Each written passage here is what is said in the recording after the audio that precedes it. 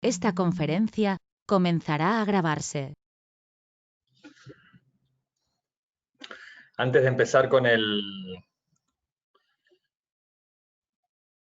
tema de hoy, quería simplemente mencionarles porque hubo gente que preguntó por el práctico 2. Está el práctico 2, primero que vamos a avisar cuando esté el práctico 2, pero va a demorar un poco el práctico 2, porque vamos a dar todos los temas del teórico. Está en el parcial, este año vamos a cambiar un poquito, que el primer parcial va a ir todo el teórico y después el segundo va a ser un parcial referente a un trabajo grandecito que vamos a hacer, ¿sí? Con imágenes. Pero no se preocupen, no se apuren por el práctico 2. El tema de los lentes yo fue para hacer un sondeo de quién tenía, de quién no, de cuántos precisábamos. ¿Tá? Y bueno, si tienen alguna duda después de lo que están haciendo, que lo que ya estamos haciendo con las imágenes de Río Janeiro, eso es parte del práctico 2, pero también es parte del conocimiento del curso, ¿no? De cómo manejar una estación fotogramétrica y hacer un proyecto fotogramétrico. Por eso está bueno irlo viendo, así cuando llegue la entrega del práctico ya lo tienen más claro. Bien, bueno, voy a apagar la cámara porque así no se pierde audio y empiezo con la presentación.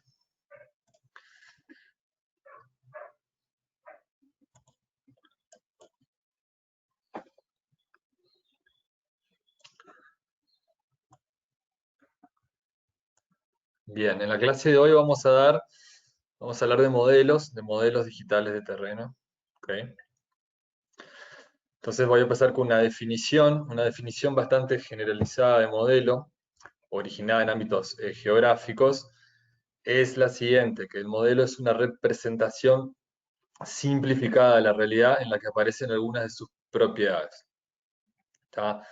Otra definición es que un modelo es un objeto, concepto o conjunto de relaciones que se utiliza para presentar y estudiar de forma simple y comprensible una porción de la realidad empírica. Bien.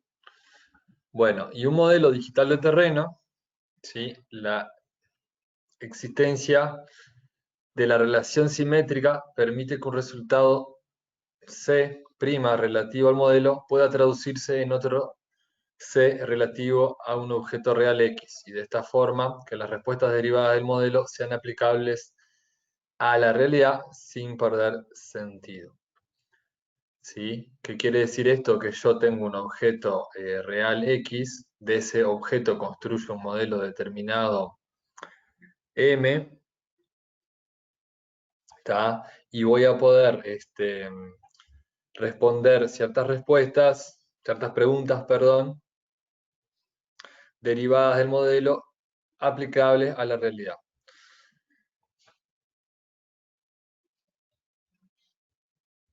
Como dice ahí abajo de ese esquema, los modelos sirven para responder a cuestiones sobre la realidad que no serían accesibles mediante la experimentación directa. ¿Tá? Bueno, dado que el modelo representa la realidad con una cantidad menor de información, existe un error inherente al proceso de modelización que puede ser reducido, ¿tá? Pero no eliminado. ¿Sí? La reducción del error puede hacerse por dos caminos complementarios. ¿Sí? Por mayor precisión en la medida, ¿sí? Y mejor selección de los objetos. Y esto no implica una mayor complejidad del modelo. ¿Sí? Y si no, la otra forma es tener mayor cantidad de componentes. ¿Tá? Y eso sí implica una mayor complejidad del modelo. Y ahí hay una gráfica que nos muestra que a mayor complejidad del modelo, disminuye el error del mismo.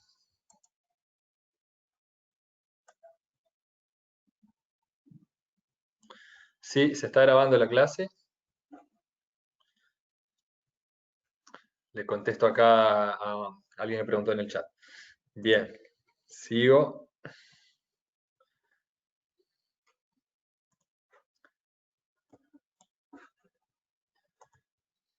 Bien, existen numerosas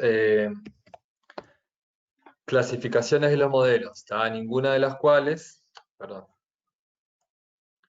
permite establecer realmente unas categorías estrictamente excluyentes, ¿tá? Dos clasificaciones relevantes para los MDT contribuyen a aclarar el concepto básico, ¿tá? Que pueden ser los modelos, clasificarse en modelos icónicos, análogos y simbólicos, o si no, otra clasificación sería en modelos analógicos y digitales. ¿Sí? Los modelos icónicos, ¿tá? La relación de correspondencia se establece a través de las propiedades morfológicas, habitualmente un cambio de escala con conservación del resto de las propiedades topológicas, ¿tá? Un ejemplo de modelo icónico es una maqueta, donde se ha establecido una reducción del tamaño, pero conserva las relaciones dimensionales básicas. Sin embargo, este proceso de modelización tiene implicaciones menos obvias que, según los casos, pueden tener importancia. Por ejemplo, en el caso de la maqueta de un terreno, la rugosidad de la superficie es una propiedad que no se conservará, ya que depende de la escala, y por añadidura su relación con la rugosidad se puede ser difícil de definir, ¿tá? ¿Saben lo que son propiedades topológicas?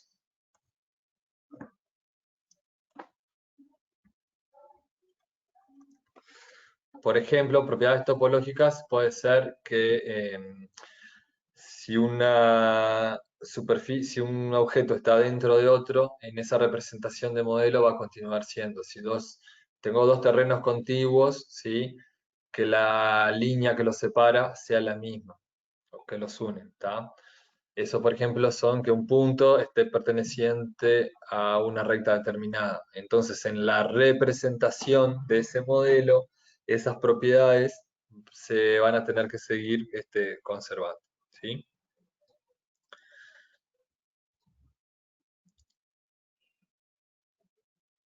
Bueno, como dice ahí, en un modelo icónico, se conservan las proporciones del objeto real mediante una reducción de escala y una selección de las propiedades representadas.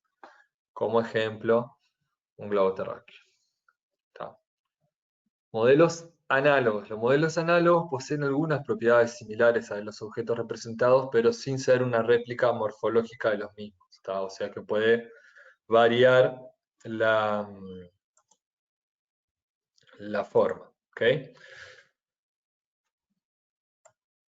Normalmente para su construcción se utiliza un conjunto de convenciones que sintetizan y codifican propiedades del objeto real para facilitar la lectura o interpretación de las mismas. Un ejemplo de un modelo análogo es un mapa impreso, ¿tá? Que se construye mediante un conjunto de convenciones cartográficas relativamente complejas que conduce a un resultado final claramente distinto del objeto representante, ¿sí? Entonces, nosotros en un mapa podemos leer ciertas propiedades como las altitudes, distancias, localización física de los objetos, pero yo obviamente en un plano inferior le cambié la forma, ¿verdad? Entonces, en un modelo análogo, la realidad se representa aplicando convenciones que, sin replicar morfológicamente los objetos, permiten interpretar algunas de sus propiedades. En la figura se muestra la representación de la Tierra, una proyección cilíndrica conforme de Mercator. ¿Tá? Bien, después tenemos los modelos simbólicos, ¿sí? Que los modelos simbólicos se construyen mediante reglas notablemente más abstractas, ya que esta denominación suele aplicarse a los casos en los que el objeto real se representa mediante una codificación matemática, geométrica, estadística, etc. ¿Tá? Un ejemplo de un modelo simbólico es la representación de un edificio mediante la identificación y codificación en una estructura geométrica de sus elementos. ¿Tá? El modelo así construido permite la aplicación de algoritmos para, por ejemplo, la estimación de esfuerzos a los que está sometido. ¿Tá?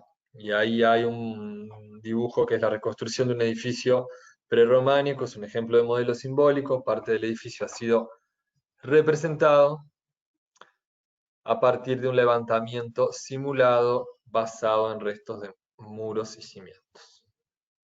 ¿Tá? Bien. Y acá vamos a hablar un poquito de cosas que nos interesan más, que son los modelos analógicos y digitales. ¿Tá? En esta clasificación. Modelos analógicos son modelos físicos, que puede ser una maqueta o un mapa, ¿tá? Y ahí abajo dice no confundir modelo, no confundir análogo con el modelo analógico, ¿tá? Y el modelo analógico es el que se opone al modelo digital, ¿tá? Ya los modelos digitales, en vez de presentarse como un mapa, ¿sí? O una maqueta, van a representar sus propiedades inherentes a su naturaleza numérica, ¿tá? Y los modelos digitales tienen, podemos dar tres propiedades, ¿sí? Que van a ser la no ambigüedad, la verificabilidad y la repetibilidad. ¿Tá? La no ambigüedad es que cada elemento tiene unas propiedades y valores específicos y explícitos. La verificabilidad dice que los elementos del modelo pueden ser analizados uno a uno y comprobados en todas las fases del proceso. Y la repetibilidad, los resultados pueden ser comprobados y replicados las veces que sea. ¿Tá? Y acá sí, ya vamos a entrar en lo que nos interesa más a nosotros, ¿tá? Que es un modelo digital de terreno. ¿Sí? Bien, una definición formal de un modelo digital de terreno, ¿sí? Sería que es una estructura numérica de datos que representa la distribución espacial de una variable cuantitativa y continua. ¿Sí? A partir de esta definición se puede comentar las propiedades básicas de los MDT. Los MDT toman la forma de estructuras de datos, lo que significa que no son solamente una acumulación o listado de cifras, sino que su construcción debe realizarse de acuerdo con una estructura interna.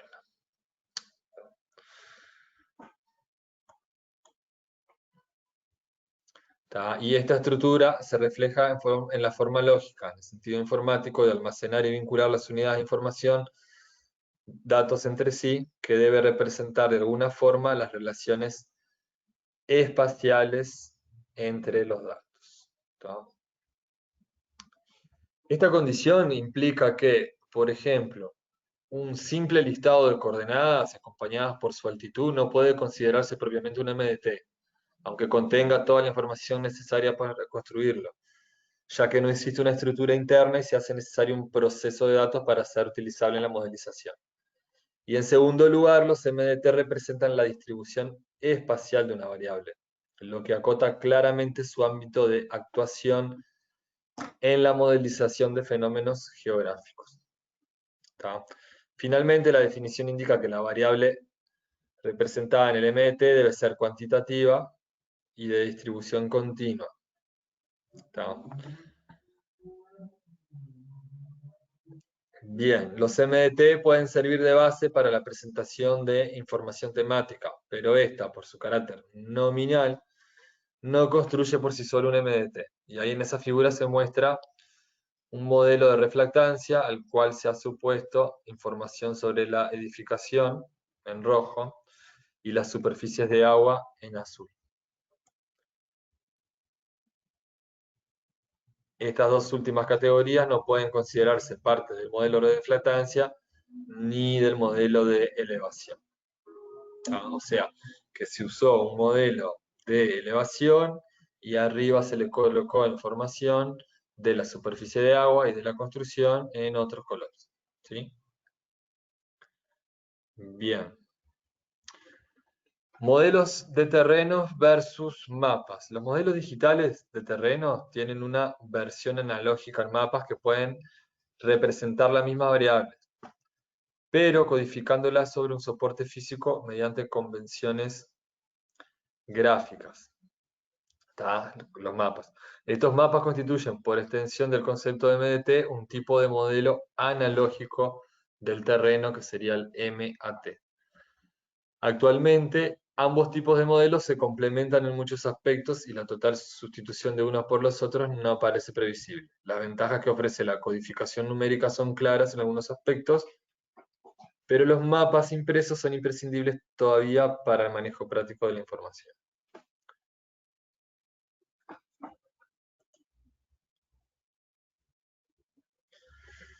La mayor ventaja de los MDT sobre los MAT es la posibilidad de tratamiento numérico de los datos mediante las herramientas matemáticas que nos permiten los programas informáticos. ¿Sí? Entre estas posibilidades, inaccesibles a través de los mapas convencionales, está la capacidad de obtener estadísticos descriptivos de una variable y de crear una nueva información mediante el análisis de un MDT o la combinación de dos o más mediante procedimientos estadísticos. Y eso es lo que se llama álgebra de mapas. Otra posibilidad que nos crea la naturaleza digital de los MDT es la de realizar procesos de simulación del funcionamiento de un sistema dinámico real. Una simulación. Manipulando los datos del MDT o complementándolos con otras descripciones de fenómenos físicos, se accede a un medio de investigación de buena gran potencialidad. Finalmente, conviene destacar que los MDT tienen también aspectos negativos, especialmente a la hora de realizar una investigación real. Al ser los MDT una parte integrante de los sistemas de información geográfica, se ven afectados por idénticos problemas que estos.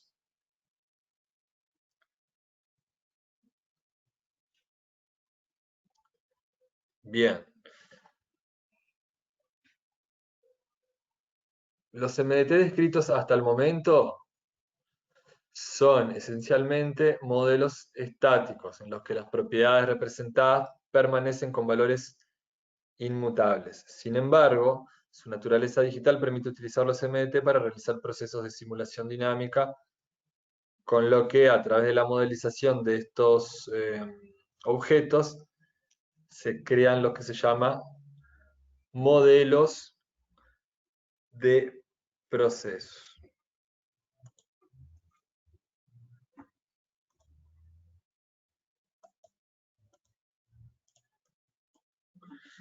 La modelización de procesos es posible mediante el diseño y empleo de algoritmos numéricos, es decir, construyendo secuencias explícitas de operaciones que conducen a la solución de problemas concretos.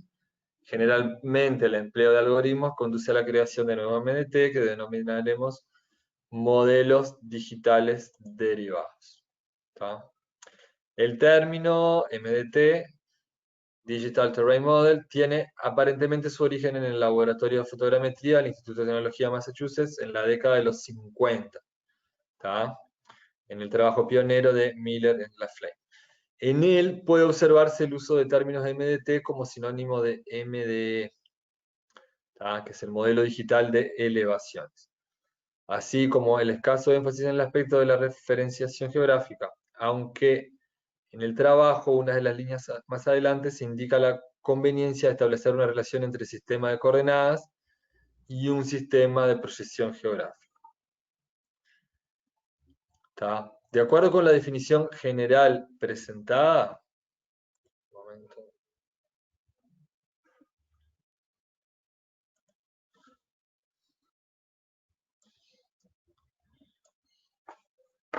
de acuerdo con la definición general presentada, un modelo digital de elevaciones es una estructura numérica de datos que representa la distribución espacial de la altitud de la superficie del terreno. ¿Tá? Un terreno real puede describirse de forma genérica como una función bivariable continua. ¿Sí? Z es igual a Z en función de X e Y. En la práctica, la función no es continua, sino que se resuelve a intervalos discretos, ¿sí? Por lo que el MDE está compuesto por un conjunto finito y explícito de elementos, ¿sí? Los valores de X e Y suelen corresponder con las abscisas y ordenadas de un sistema de coordenadas plano, habitualmente un sistema de proyección cartográfica, ¿tá? Y al ser discretos implican generalización y con ello pérdida de información. ¿Sí? A ver, esto acá viene muy teórico. ¿Qué se hace en un modelo de elevación, un modelo digital de elevaciones? ¿O qué sería un modelo digital de elevaciones? Nosotros tenemos coordenadas en el terreno, ¿sí? De las cuales conocemos la elevación o la z, ¿sí? Entonces, a cada uno de esos puntos, nosotros le vamos a asignar una z, ¿sí? Conocida. En el caso de la fotogrametría, ¿cómo nosotros vamos a tener esos puntos? Nosotros hacemos todo el proceso de restitución, que es lo que estamos empezando a hacer en el práctico, ¿sí? Y una vez que tengamos el modelo orientado, el software va a encontrar muchos puntos homólogos, ¿sí? Que son el mismo punto en diferentes imágenes.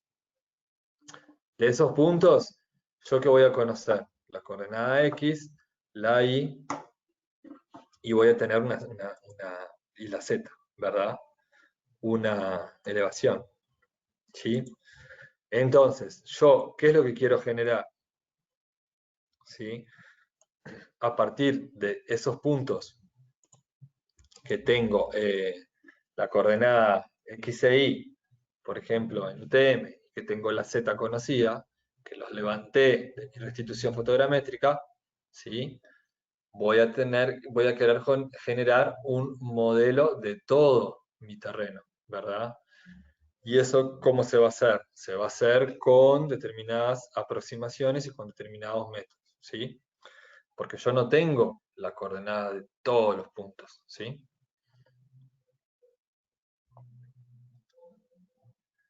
Entonces, como decía acá, en la práctica la función no es continua, sino que se resuelve a intervalos discretos, ¿sí?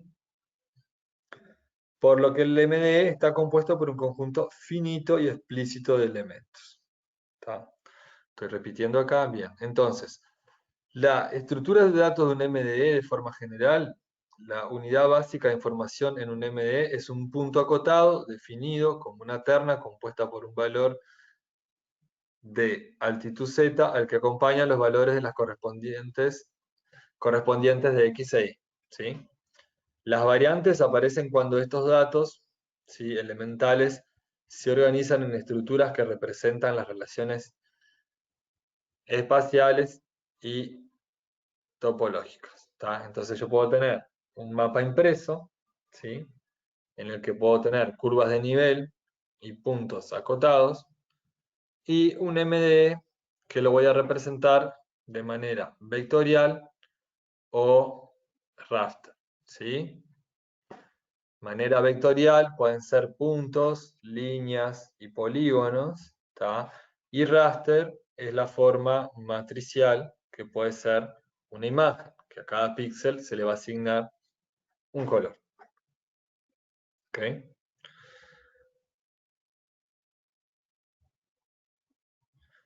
Entonces, hablando de un modelo vectorial, perdón, aparece el TIM, ¿sí?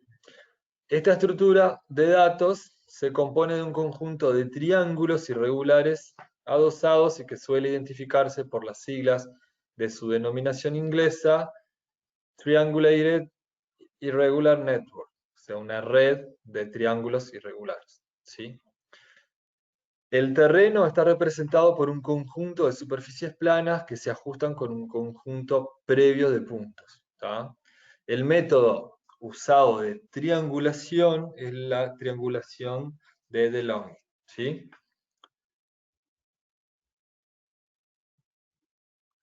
¿Tá? Y hablando de modelo raster, matrices regulares o grid, ¿tá?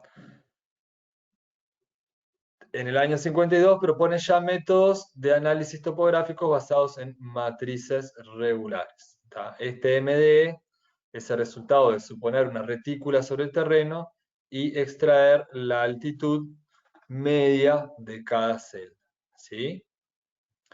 Esto era como el sistema que antes en topografía, bueno, cuando se hacía de forma manual, digamos, las curvas de nivel, lo que se hacía era una cuadrícula, ¿sí? Que se iba midiendo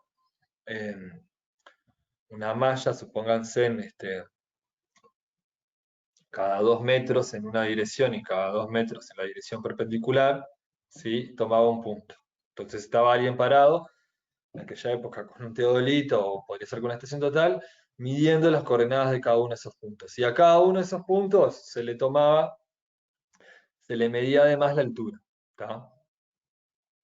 Entonces yo iba a tener una cuadrícula, ¿sí? Regular, supónganse cada 2 metros en una dirección y cada 2 metros en la dirección perpendicular, puntos, ¿sí? Entonces yo lo que se hacía era, en cada una de esas celdas, una de las formas, por ejemplo, era darle la altura media, ¿sí? Hacía el promedio de los 4 vértices de esa cuadrícula. ¿Tá? Entonces decía que en esa parte la cota era tal. Obviamente que para hacer ese método, yo no podía hacerlo que esos puntos hubiera un escalón en el medio y una diferencia de 50 centímetros, ¿no? O más. Tendría que ser algo dependiente, uniforme y sin una línea de quiebre. ¿Sí? Bien. Entonces, la localización espacial del dato queda determinada al adoptar el origen y el intervalo, que son las filas y columnas de la matriz. ¿Sí? La matriz regular es la estructura más utilizada para construir los MDE. La razón es que se trata de una estructura de fácil manejo informático y simple de representar mediante estructuras lógicas como matrices de 2 dimensiones. ¿Sí? Permite su visualización como imagen de una forma fácilmente interpretable. ¿Tá? Entonces, ¿qué estructura se elige para interpretar? Para interpretar el MD. O elegimos tenemos dos alternativas en la práctica, que son las matrices regulares o los TIN. ¿Okay? Bien, las matrices regulares, de uso preferente en los SIG, Sistema de Información Geográfica, y los TIN, la triangulación, en uso en etapas de construcción y para almacenamiento de MDF.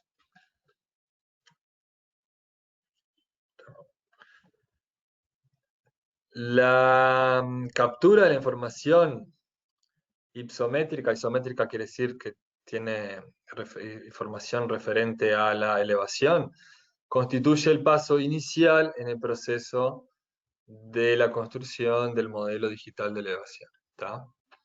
En el caso, por ejemplo, nuestro de la fotogrametría, ¿sí? Nosotros empezamos relevando datos en el terreno, ¿verdad?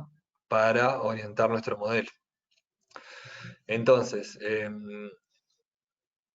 la captura de datos, los métodos básicos para conseguir los datos de altitudes pueden ser en dos grupos. ¿Tá? Directos, ¿sí? Cuando medidas se realizan directamente sobre el terreno, e indirectos cuando se utilizan documentos analógicos o digitales elaborados previamente. ¿Tá? En realidad, nada, lo que yo dije acá de los puntos de apoyo es la base para el modelo 3D, pero nosotros acá después esos puntos los vamos a obtener de la restitución fotogramétrica, los puntos homólogos que yo les hablé hoy. ¿Tá? Entonces, métodos directos, ¿sí? Tendríamos altimetría con LIDAR o con radar, bueno, GPS, levantamiento topográfico. ¿Tá? Y métodos indirectos, tenemos la restitución a partir de pares de imágenes, que es lo que hacemos nosotros, ¿tá?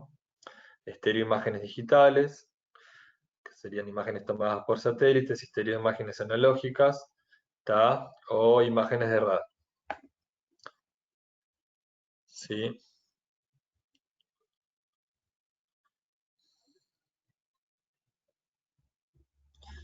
Otro método sería la digitalización de mapas topográficos, ¿tá? Automática mediante escáner y vectorización, manual mediante tablero digitalizado, que eso ya no se usa más. Bien. Seguimos hablando de la construcción del modelo digital de elevaciones, ¿tá? Y una de las cosas que se hace es lo que se llama interpolación raster, ¿tá? Que sería una interpolación en función, por ejemplo, de la distancia. Entonces, el valor del punto problema se estima asignando pesos a los datos del entorno en función inversa de la distancia que lo separa del punto problema. ¿Tá? Ahí en inglés la sigla sería IDW. Se establece, por tanto, que los puntos más cercanos tienen un peso mayor en el cálculo, aunque la relación no tiene por qué ser lineal. ¿Tá? Y ahí, bueno, la localización de datos para la interpolación mediante un radio de búsqueda, los puntos más distantes son descartados. ¿Sí?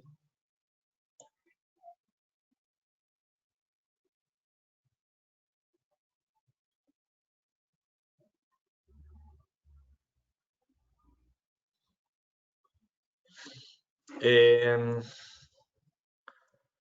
¿Qué estamos hablando acá? Nosotros tenemos nuestros puntos, ¿está? Recuerdo de nuevo, tenemos el modelo eh, fotogramétrico ya, hicimos la orientación interior, hicimos la orientación exterior y ahora nuestro modelo está orientado, ¿sí? En coordenadas terrenos, ¿está? Entonces nosotros tenemos le pedimos al programa que nos encuentre los puntos homólogos, ¿sí? Entonces vamos a tener muchísimos puntos, ¿sí? Que van a tener, ¿y qué vamos a tener esos puntos? Las coordenadas X, Y y Z, ¿sí? Bien. Pero yo no voy a tener todos los puntos del terreno, ¿sí? Voy a tener una malla regular, supongamos, ¿tá? Puede ser regular, puede ser irregular, ¿tá? Entonces, supónganse en esta diapositiva que estamos viendo ahora, las crucecitas naranjas, ¿sí? Son puntos donde yo conozco las coordenadas, ¿sí? Bien, entonces, y ahí en el medio, donde está el signo de interrogación, ¿sí? Yo deseo conocer el valor de ese punto, o sea, deseo conocer qué valor, la elevación de ese punto, ¿sí? Para generar mi modelo, ¿tá? Y entonces, una de las maneras de hacerlo es con una interpolación proporcional, o en realidad iba a ser inversamente proporcional a la distancia de los puntos cercanos, ¿sí? Que se le va a asignar peso.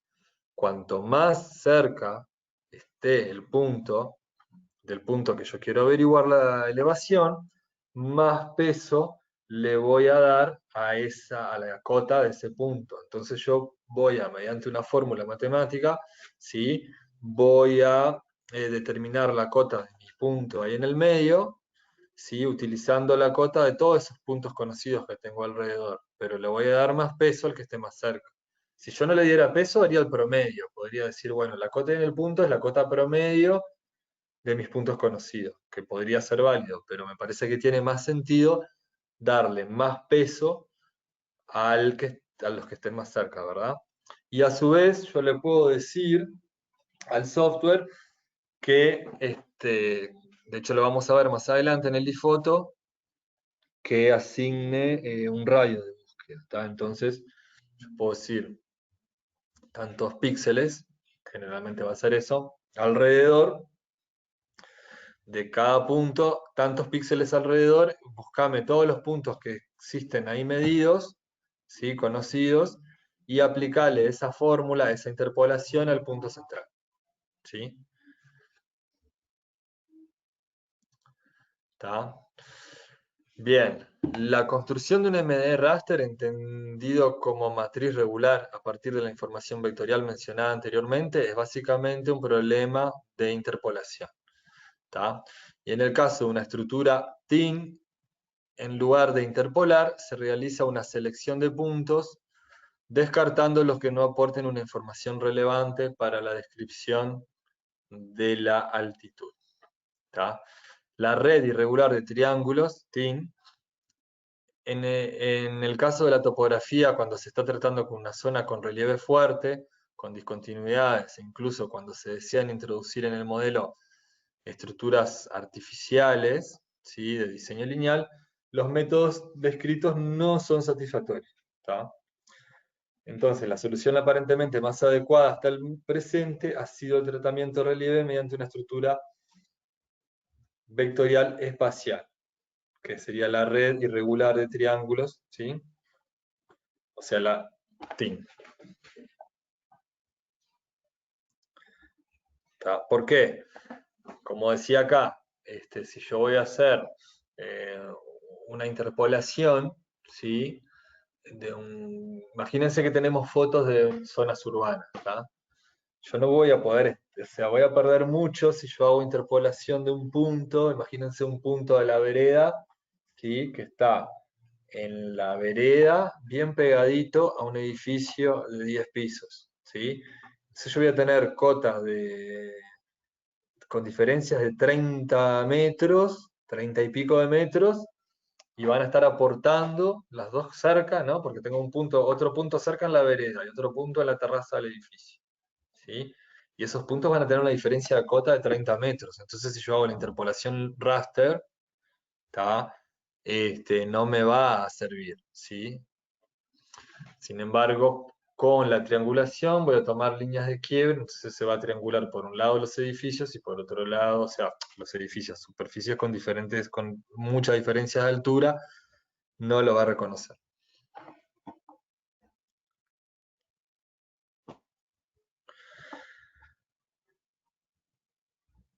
Bien. En el caso de los SIG, el método más habitual es el conocido como la triangulación de Delaunay, TD, basada en los polígonos de Thyssen o teselación de Voronoi. ¿Tá? Teselación, o sea, las teselas es cuando, por ejemplo, una superficie tiene eh, dividir la superficie en determinados patrones, cuadrados, triángulos. ¿Tá? Yo qué sé, cuando vemos una calle de paralelepípedos, esos serían teselas. ¿Tá? En el caso de los SIG, el método más habitual es el conocido como la triangulación de Delaunay, basada en los polígonos, y ahí puse la frase repetida. Los argumentos básicos son los siguientes. Dados dos puntos, P sub I y P sub J, ¿sí?, en un plano T, la perpendicular al segmento que une P sub I y P sub J en su punto medio divide al plano en dos regiones, B sub I y B sub J. La región B sub I contiene todos y solo los puntos cuya distancia a P sub I es menor que a P sub J.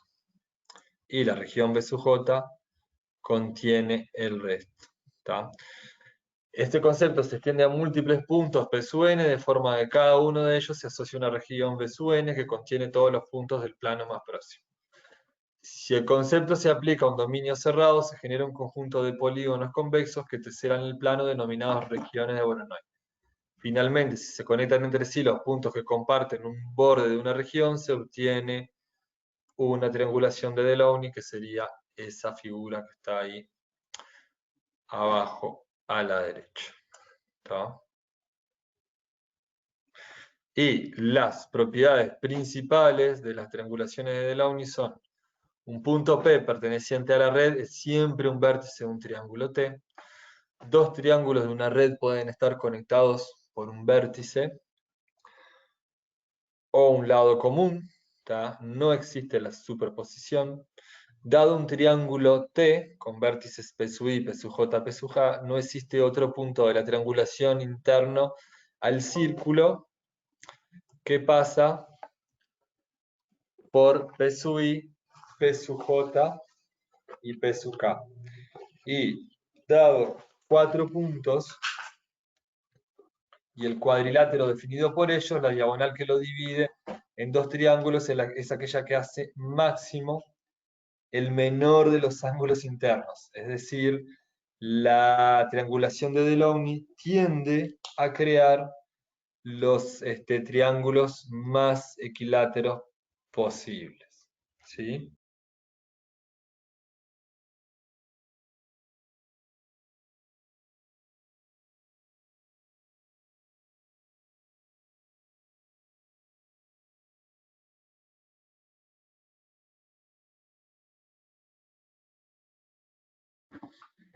Bien. Y acá, antes de seguir con esto,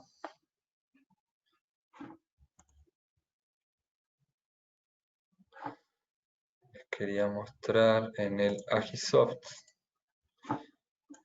¿Está? Es un trabajo que se hizo en Fraiventos, creo que hay gente del grupo que, creo no, hay gente del grupo que estuvo en ese viaje. ¿Está?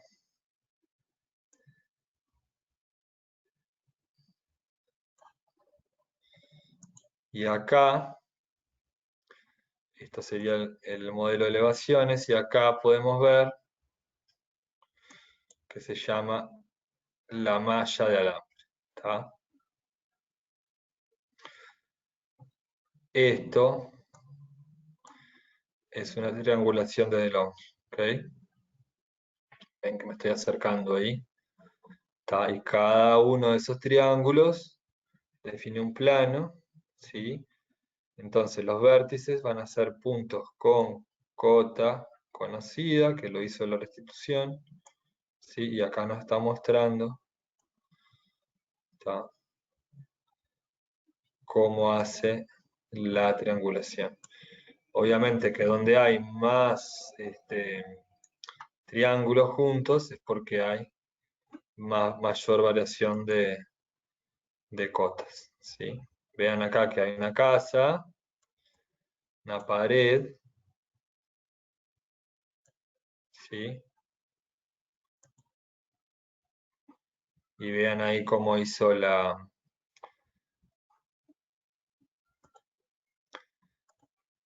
borde, o sea, la pared, ¿sí? Tiene más triángulos. ¿Lo ven?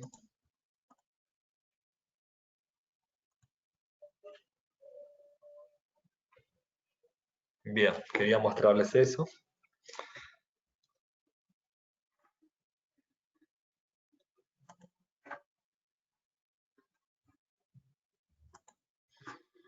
Y volvemos a la presentación. Bien. Acá vamos a hablar un poquito de lo que es la interpolación, las transformaciones de vector a raster. ¿Tá? Entonces, la interpolación se puede generar por dos métodos básicos. ¿Tá? Lo que es la interpolación lineal, ¿sí?, que es que la altitud del punto problema se estima directamente a partir de la ecuación del plano definido por los tres vértices del triángulo que lo contiene. En cada caso de que el punto coincida exactamente con un vértice, se le asigna la altitud de este. ¿Sí?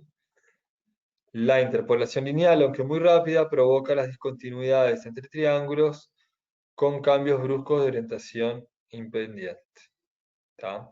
Y después está la interpolación quíntica, considera la superficie definida por el TIM como un continuo y por lo tanto suaviza las zonas de los vértices y lados. Para esta interpolación se utiliza una ecuación polinómica bivariable de quinto grado.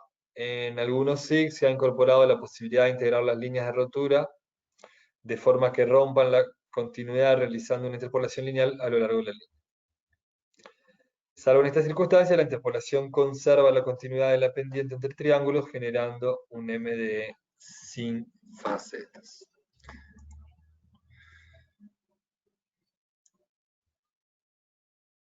Bien. Se puede utilizar las metodologías de control posicional por puntos. Esto implica que voy a controlar los modelos utilizando puntos relevados con mayor exactitud, tomados a través de relevamientos directos o utilizando datos secundarios. Aquí está hablando del control del modelo de elevaciones, ¿sí? El problema de controlar un MDT es que está compuesto por puntos que no son fotoidentificables, por lo que no podemos medir puntos, sino que debemos recurrir a la interpolación. La principal definición pasa por seleccionar un método de interpolación adecuado para realizar la evaluación. Se busca que el método de interpolación utilizado sea el más elemental posible, por lo que se va a tratar de un método lineal. Una forma de testear el control de calidad de un MDE es medir un montón de puntos. O sea, cuando yo voy a hacer los puntos de apoyo, puedo medir otros puntos, X y Z de esos puntos, y los dejo guardados, y después cuando tengo el modelo, comparo qué Z para ese punto con coordenadas X e Y, qué Z, o sea, qué altura tiene el modelo y qué altura tenía en la realidad, o sea, cuando lo relevé con el GPS, ¿sí?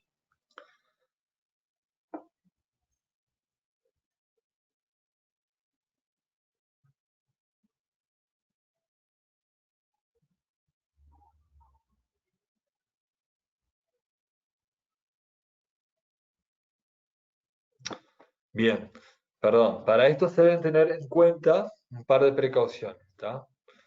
Por eso se busca que los puntos que se releven pertenezcan a un plano, ¿sí? Debido a la imposibilidad de determinar puntos de formas claras entre el modelo y la realidad, que se deben considerar planos, dependiente no muy pronunciada a los efectos que el error planimétrico no afecte sustancialmente el error vertical. O sea, tomar puntos en zonas de pendiente no muy pronunciadas, ¿sí? Para hacer esos puntos para después testear el modelo de elevación. ¿Tá? Porque si en el modelo de elevación ya se supone que en los puntos de pendiente muy pronunciado, con diferencia abismal de pendiente, ahí se van a producir más errores, ¿sí? Bien, en el relevamiento de campo se deberá proceder de la siguiente manera. Buscar una superficie de terreno que sea un plano de pendiente constante en la zona seleccionada para la muestra. La proyección horizontal de esa superficie debería ser como un mínimo un cuadrilátero de lados similares a 2 veces el tamaño del píxel. ¿Tá? Relevar 4 puntos con una distribución de aproximadamente un cuadrilátero del lado similar al tamaño del píxel. El tamaño del píxel en el terreno. Bien. Y ahí se van a realizar dos cálculos. Si se calculan las altitudes para los puntos relevados en el campo, a partir de la interpolación de los puntos del MD cercano, ¿sí?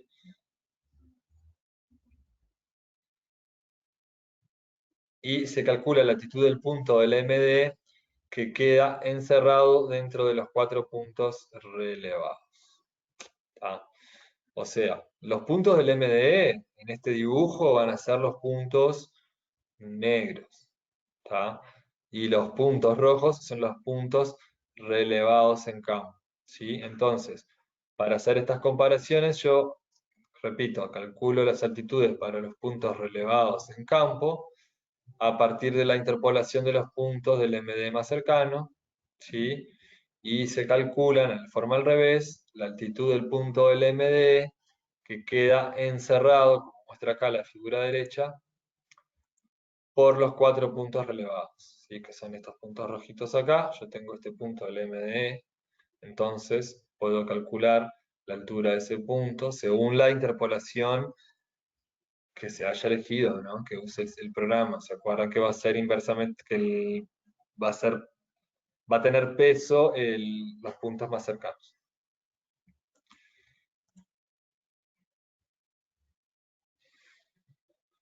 En el caso de un modelo TIN, el terreno está modelado por planos. Esto hace que se deban buscar puntos en el terreno fuente de mayor exactitud que sean superficies planas. La interpolación debe realizarse con los 3 puntos que definen el plano dentro de lo que se encuentre el punto relevado. ¿Tá? O sea que El punto tiene que estar dentro del triángulo ese definido por el TIN. Eso estamos hablando de control del modelo generado. Ya no relevo 4 puntos porque el triángulo define de forma más ajustada el terreno. ¿Tá? Y acá, bueno, un poquito de usos del modelo digital de elevaciones.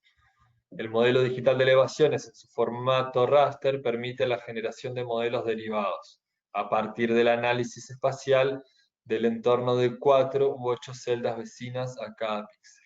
Esos modelos sirven al estudio y determinaciones tales como la velocidad de flujo del agua, propiedades del suelo y del agua, elevaciones de terrenos, etc. ¿Tá? Y acá hay como 3 características de los modelos que serían el aspecto, la pendiente y la curvatura. ¿Sí? De los usos, perdón. Cada aspecto, por ejemplo, mapea la dirección norte-sur, este-oeste a la que está orientada la celda.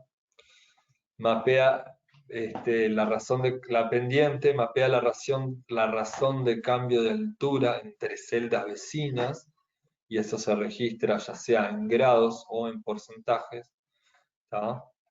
Y curvatura mapea la razón de cambio de las pendientes y la registra en porcentaje, que va a ser positivo o negativo. ¿Tá? Aspecto y pendiente sirven para determinar sistemas de drenaje y de alimentación de cuencas. ¿Sí? Y curvatura los usan los geomorfólogos para analizar curvatura y edad de los terrenos. ¿Tá? Una cosa que las cuencas, no sé si saben lo que son las cuencas, pero las cuencas pueden ser las regiones, ¿sí?, donde se va a juntar el agua, ¿no? Nosotros, por ejemplo, el Uruguay entero está todo en la cuenca del río de la Plata, excepto allí en Cerro Largo 33 y Rocha, una partecita que está en la cuenca del lago Merín, que quiere decir que una gota de agua, si no fuera absorbida por el suelo, en cualquier lugar del Uruguay, excepto ahí en la cuenca de la laguna Merín, llegaría al río de la Plata, ¿sí? Pero bueno, eso es la cuenca más general. Después tenemos cuencas más chicas, ¿sí? ¿Y para qué se utilizan? Por ejemplo, cuando se va a diseñar una carretera y tengo lugares bajos y yo quiero saber cuánta agua se va a juntar, si llueve mucho, y hay un montón de parámetros, ¿tá? La escorrentía del terreno, las lluvias máximas, bla, bla, bla, pero necesito el área de la cuenca. Y la forma de ver, una de las formas de calcular el área de la cuenca es a través de un modelo digital de elevaciones, ¿está? Ya viendo en 3 dimensiones puedo dibujar una cuenca o en el modelo digital de elevaciones, ¿sí? Bien. Bueno, y esto sería el final de hoy, y ahí está lo que sería la lectura recomendada o la bibliografía de donde sacamos un poquito más de este material. Yo ahora voy a hacer corregir algunas cositas que vi que están mal escritas acá antes de subirla. Ah, y otra cosa que les quería mostrar.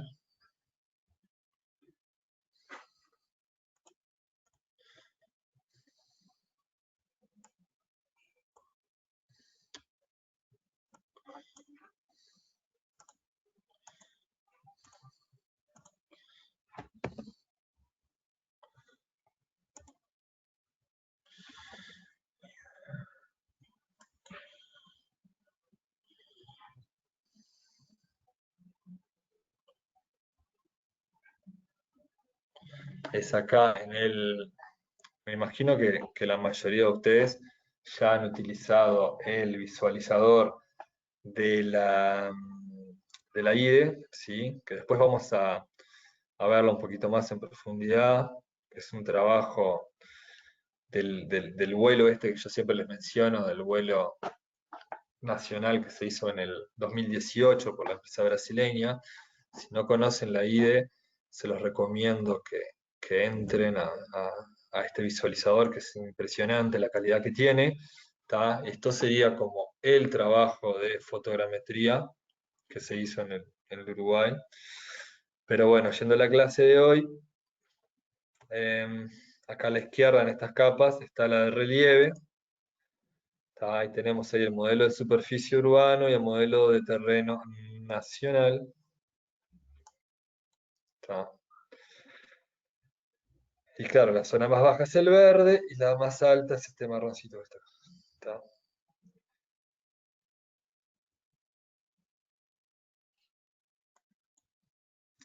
Y acá yo puedo, moviendo la opacidad, tener acceso a las fotos. ¿Sí? Y acá con esta función swipe tengo de un lado el modelo y del otro lado veo la fotografía. ¿Tá? Les recomiendo que bichen esta página, hay muchísima cosa. ¿Sí? Pero bueno, después la vemos mejor. ¿Ok? Bueno, sería eso entonces. No sé si tienen alguna consulta.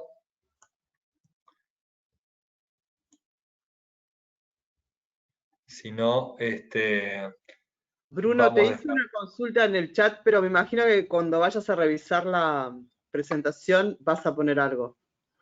Ah, sí, perdón que no le di importancia. Ah, no te preocupes, Sí.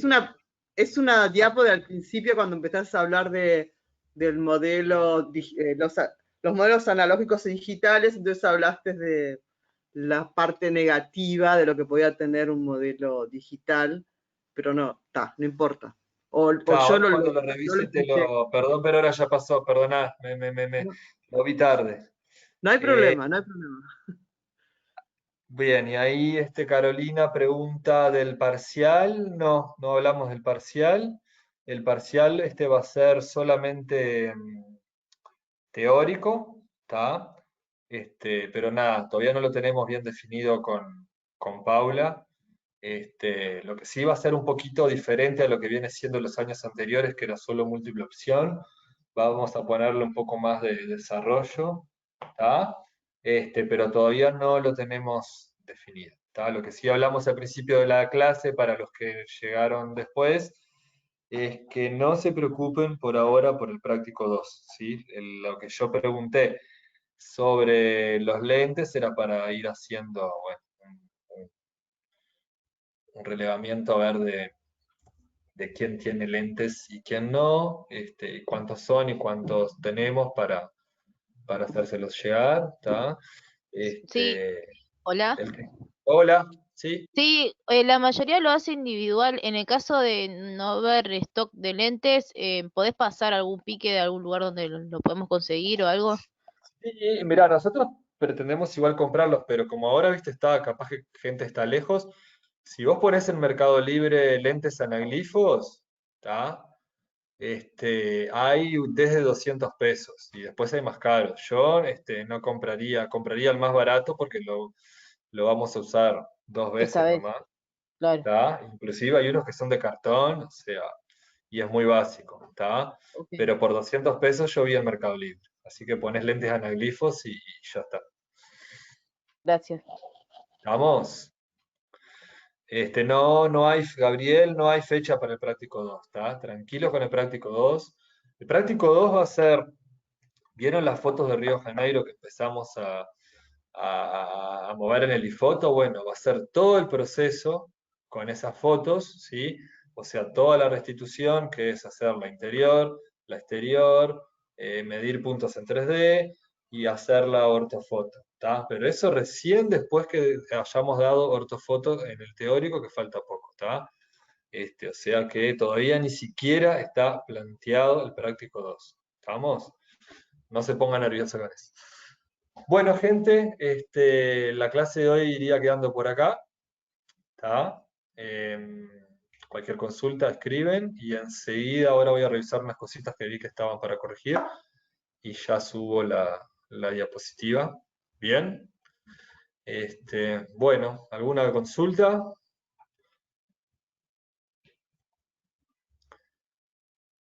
Bueno, detengo la grabación entonces y nos encontramos el jueves, ¿ok?